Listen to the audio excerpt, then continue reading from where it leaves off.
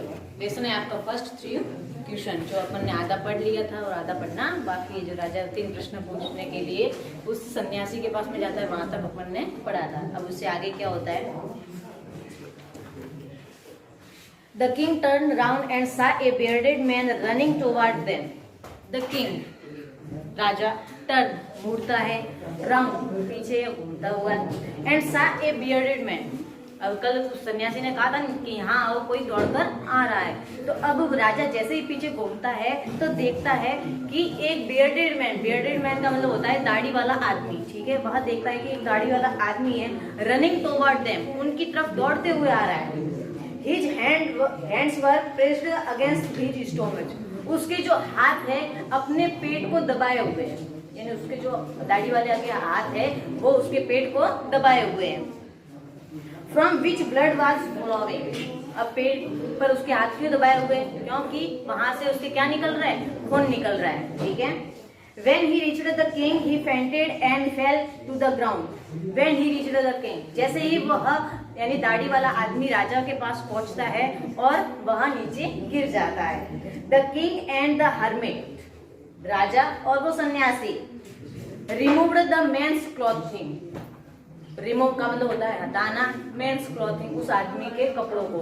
जैसे ही सन्यासी और राजा उस आदमी के कपड़ों को हटाते हैं, and found a large wound in his stomach, और पाते हैं कि उसके जो शरीर पर या पेट पर है लार्ज यानी बड़ा, वाउंड यानी घाव, और दोनों क्या पाते हैं कि उसके जो पेट पे है एक बड़ा घाव है। The king washed and covered it with his handkerchief. राजा ने उस घाव को धोया और उस घाव को अपने रुमाल से, यानी हाथों का जो रुमाल होता है उसको हैंडकरशिप बोलते हैं, ठीक है। तो अपने हाथों के रुमाल से उसको पट्टी बांध दी उसके ऊपर। But the blood would not stop flowing. लेकिन जो उसका रक्त या खून था वो अभी बहना बंद नहीं हुआ है, उसके अंदर से खून और निकल ही रहा था। The king redressed the wound until at last the bleeding stopped. राजा ने उसकी दोबारा ड्रेसिंग की, अर्थात तो दोबारा उसको पट्टी करवाई उसने उसकी की। Wound until at last the bleeding stopped. At last यानी अंततः उसका खून जो बहना है वो बंद हो गया। The man felt better and asked for something to drink. राजा ने वो आदमी जो था फेल्ट यानी महसूस किया, बेटर यानी बेहतर, उस आदमी ने बेहतर महसूस किया, एंड आस्क्ड और पूछा, समथिंग टू ड्रिंक कि कुछ पीने को है। अब जैसे उसका घाव से खून बहना बंद हो गया तो वो क्या करता है, कुछ पीने के लिए मांगता है राजा से। The king brought fresh water and gave it to him. Raja brought लेकर आता है fresh water, ताजा पानी लेकर आता है, and gave it to him और उसको दे देता है। राजा ताजा पानी लेकर आता है और उसको दे देता है उस आदमी को। By this time the sun had set. By this time यानी इस समय the sun यानी सूर्य and set अस्त हो चुका था। इस समय जो सूर्य था वो अस्त हो चुका था।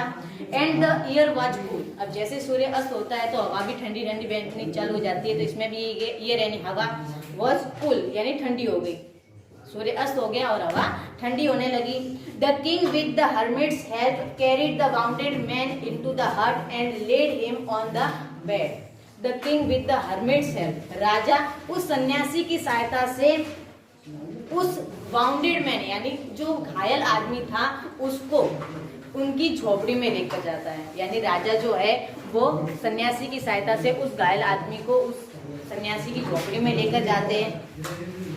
And led him to the bed, और उसको बिस्तर पर लेटा देते हैं। The man closed his eyes and lay quiet, वह आदमी क्लोज्ड यानी बंद कर देता है, हिज आई अपनी आंखों को, वह आदमी अपनी आंखों को बंद कर लेता है और चुपचाप सो जाता है।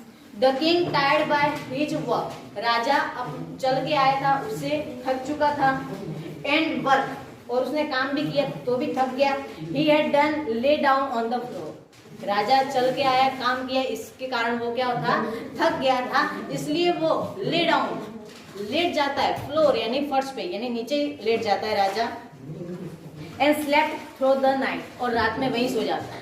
राजा इतना थक गया था काम और चल के आया तो वो फर्श पे लेटता है और वहीं पे सो जाता है। When he awoke, जैसे ही यानी सुबह जब उठता है, अवॉक का मतलब होता है जागना। जैसे ही वो सुबह जागता है, it was 7 minute before he could remember, वह याद करता उससे पहले ही। रिमेम्बर का मतलब होता है याद करना, तो वो ये कुछ याद करे उससे पहले ही। वेयर ही वाज और who the strange bearded man laying on the bed was. अब वो क्या याद करता था कि वह कहाँ है, यानी राजा कहाँ सोया हुआ है, और वो जो कल दाढ़ी वाला आदमी आया था वो कौन था, वो उसके बारे में सोचता उससे पहले ही क्या हो जाता है, फॉरगिव मी। फॉरगिव का मतलब होता है भूलना, मुझे भूल जाओ।